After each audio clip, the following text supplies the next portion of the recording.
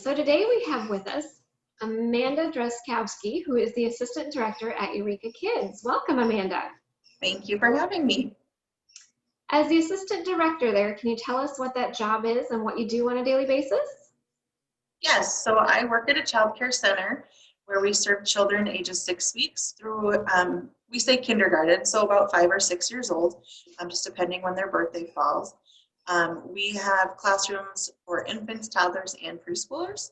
So on a daily basis, my position, I open the center, greet the parents, and now we have a whole bunch of new standards to follow because of COVID, which I'm sure will probably continue to down the road. But we take temperatures, we just kind of check and do an overall health check of families and kids as they enter the building to make sure there's no sicknesses. And then once the kids are entered to their classrooms, I have emails to answer. Part of my job is building our admissions. So a lot of what I do is field emails from families who have maybe sent inquiries to our website or other formats like care.com. We'll get push emails from them, from families who are looking for childcare.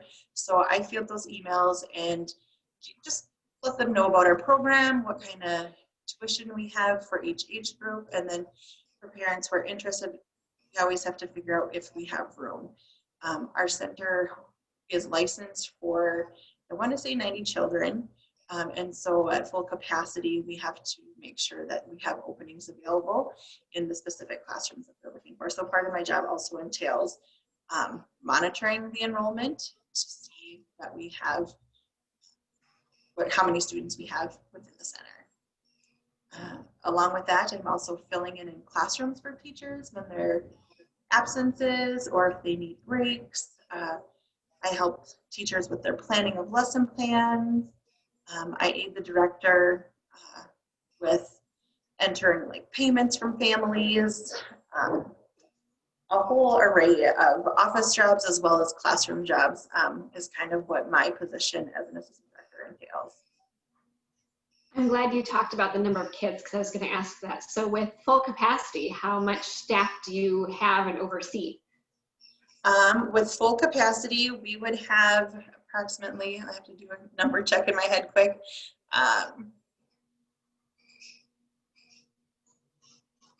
about 15 to 18 staff, just depending on if we have others here to give breaks. Sometimes we'll have a staff member who's maybe an assistant or an aide in a classroom to give breaks throughout the day as well, as long as we have to maintain our ratios within the classrooms. So it just depends on how many kids are here for the day versus how many teachers. So that's kind of, I would say max would probably be 15 to 18 staff members.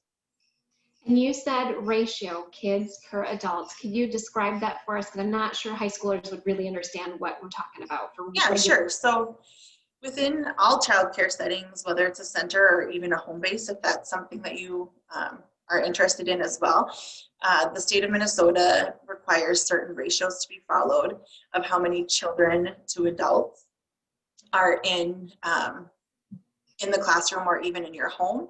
So in our center, it's one teacher for every 4 infants in a classroom, and then toddlers, which is 16 months to 33 months at our center, it's 1 to 7, so 1 teacher for every 7 children. And then once you get to the preschool stage of 33 months to pre-K, it's 1 to 10, so 1 teacher for every 10 children. And these teachers or aides or whatever you name them, how old would somebody have to be to work there? To be an aide, the minimum age requirement is 16. Obviously then at 16 you wouldn't need much experience other than probably have some kind of interaction with children or to be interested in working with children. And then from there, assistant teachers need some kind of education background, some college credits, and they don't necessarily have to be in education, but they are definitely helpful for you to fulfill your role as an assistant teacher. And then teachers as well are required to have a certificate at the minimum. So a child development accreditation is the lowest form of education or required education that you would need to be considered teacher qualified within our center. And did you start in this role in one of those roles, or how did you get into your position? I did. So I've actually been in childcare for probably 15 some years or more. And when I first graduated college, I had graduated with my bachelor's in elementary education because I thought I wanted to teach elementary school children.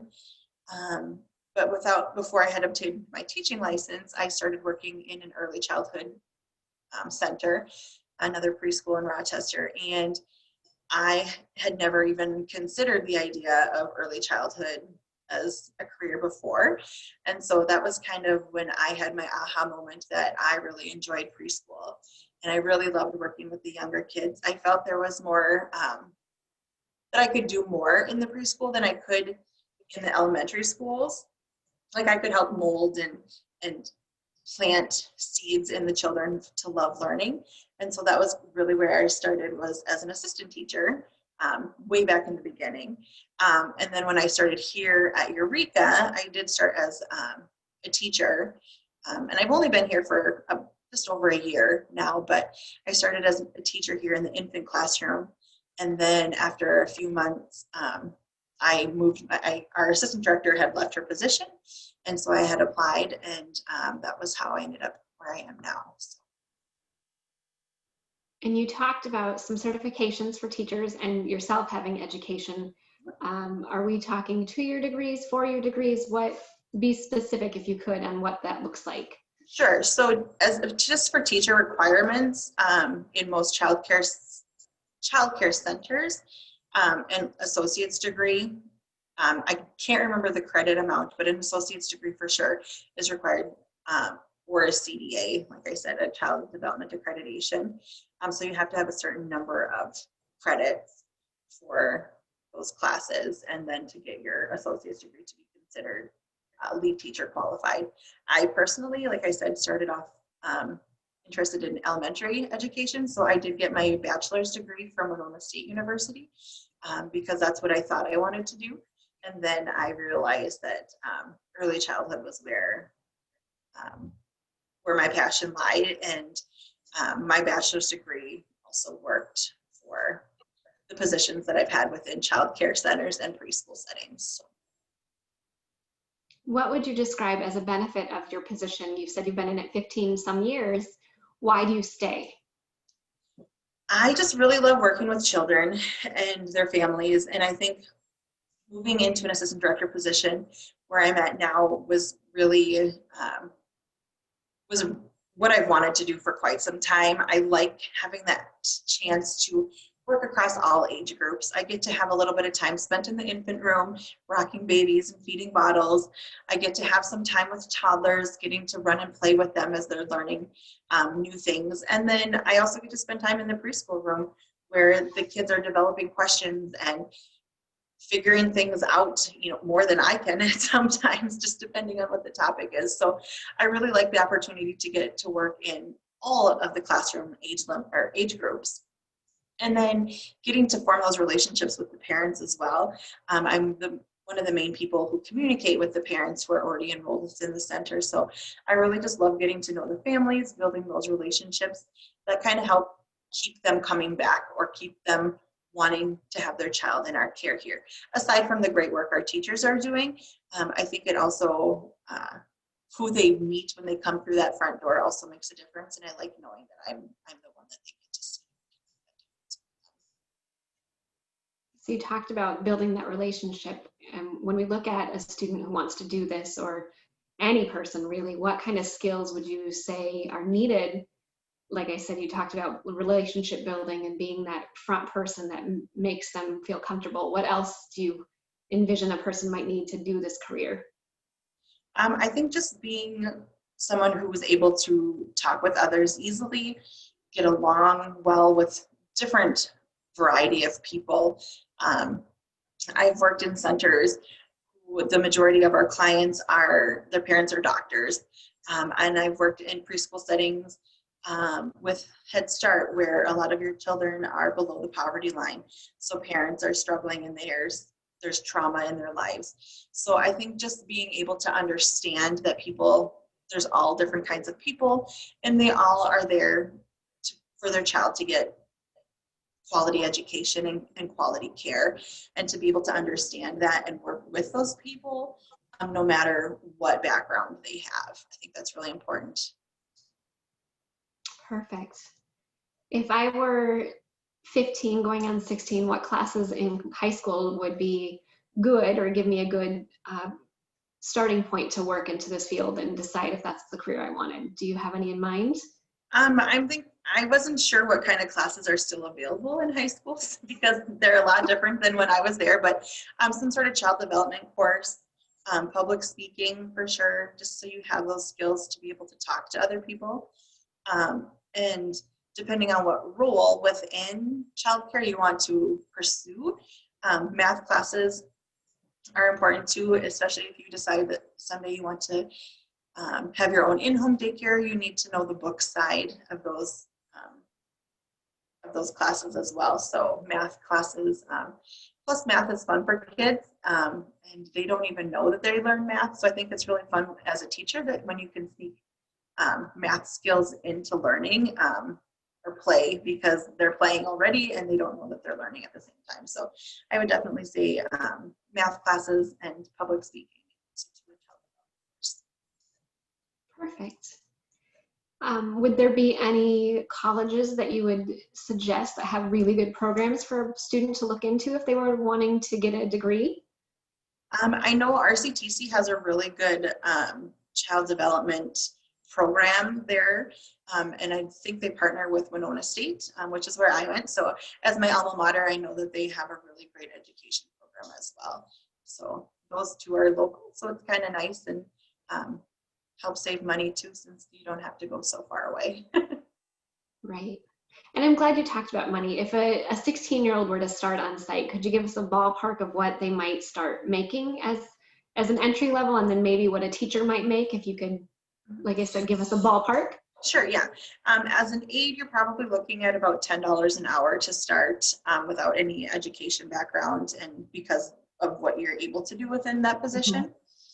Teachers right now, depending on their education and experience, are probably starting around $13 to $15 an hour. So it's not a very highly paid job, but it has benefits elsewhere.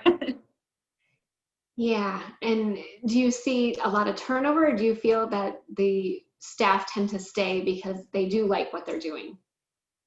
I think it varies. You go through periods of time where you do have high turnover, and then there's other times when you are just, your staff is there and they've been there for years and everything is going really, really well. I've seen it in all the jobs that I've worked at, just kind of an up and down. It can be between consistency and turnover. So it varies. Okay. Is there any final advice or suggestions you would have for a high schooler looking to go into a career like this? Like I said, it doesn't pay much, but the rewards are given elsewhere. If you like working with kids, there's parts that aren't so fun, like the changing diapers and things like that. It just depends on the age group that you are interested in. But getting those hugs from little kids when you walk in the door and they run across the room to greet you is one of the best feelings in the world. So if you enjoy having those kinds of relationships with children and their families, and you like to play all day long, then this is a position that would be great for anybody. Well, thank you for your time today. In closing, if a student wanted to reach out and ask more questions, would there be a preferred method of contact? Yep, you can email us here through either the website at eurekakidsmn.com, or our actual email address is registration@eurekakidsmn.com. And if you're also interested in maybe looking for an aide position, our phone number is 507-322-6700. You can inquire that way as well too. Well, thank you so much for your time today, Amanda. We appreciate it. Yes, thank you for having me, Jamie.